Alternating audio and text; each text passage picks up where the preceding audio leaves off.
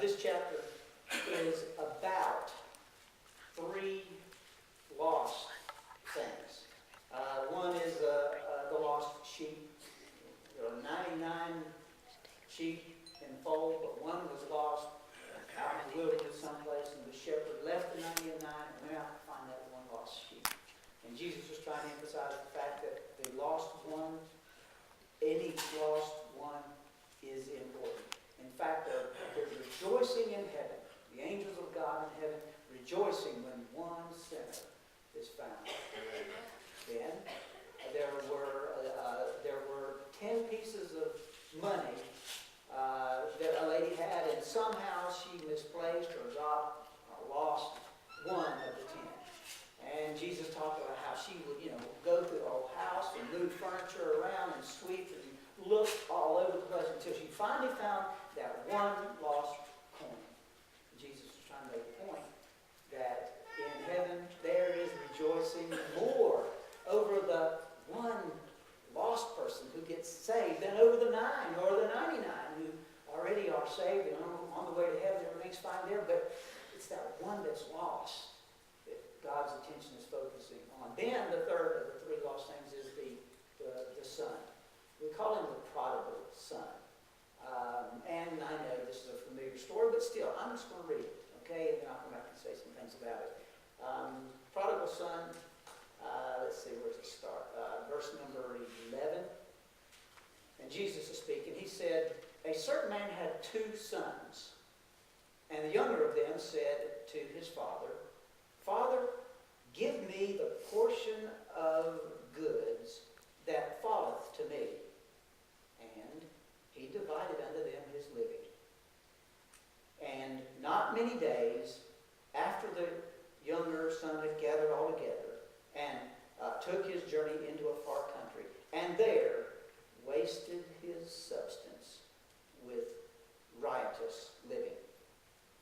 And when he had spent all, there arose a mighty famine in the land, and he began to be in want of need." Verse 15, "And he went and joined himself to a citizen of that country, and he sent him into his fields to feed swine." Jews don't have anything to do with pork, swine, pigs.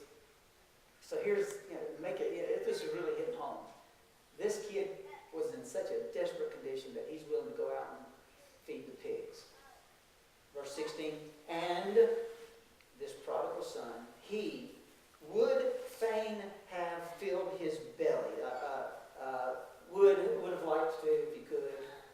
Would have taken a great opportunity if he could just do it. He would fain have filled his belly with the husks that the swine did eat, and no man gave unto him.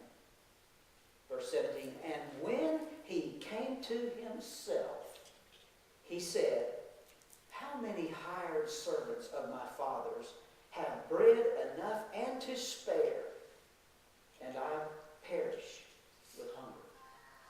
I will arise and go to my father, and I will say unto him, Father, I have sinned against heaven and before thee. I am no more worthy to be called thy son. Make me as one of thy hired servants. And he arose and came to his father. But when he was yet a great way off, his father saw him and had compassion, and ran and fell on his neck and kissed him.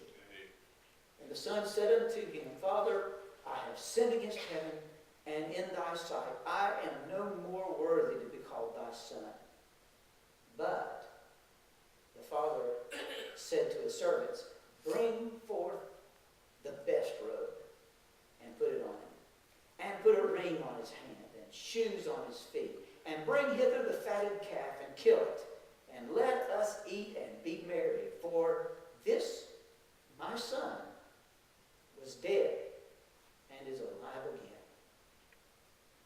He was lost and is found.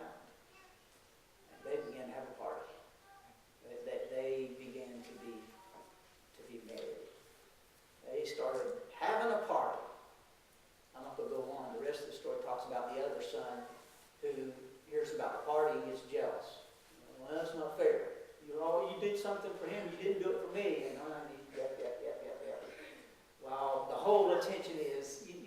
missing it, son.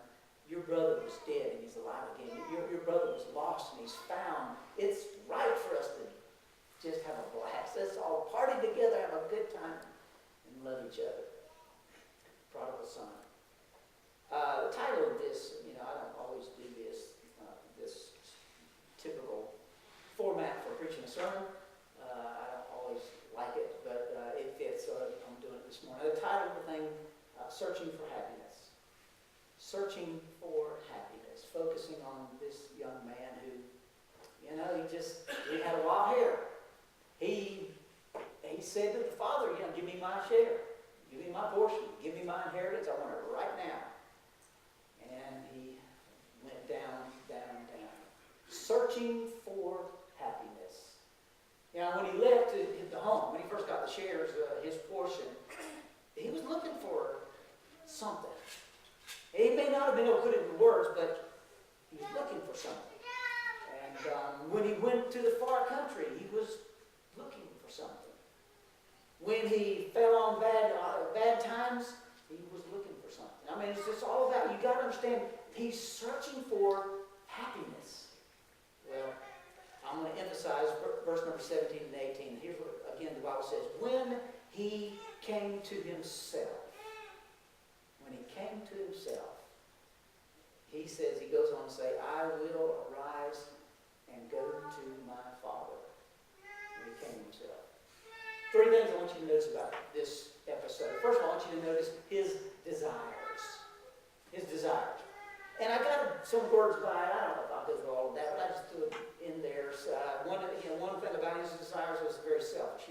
I want what's coming to me. Father, give me my portion. I'm going to go off into a far country. I'm going to do this, and I'm going to go spend money on all kinds of party stuff, and I'm just going to let myself enjoy. It's the theme that the world has today. All you got to do is turn the TV on and watch a few commercials, and you'll see that they're playing on your selfishness. It's all about you. It's all about what you want. It's not what others might need around you. It's all about you and your desires.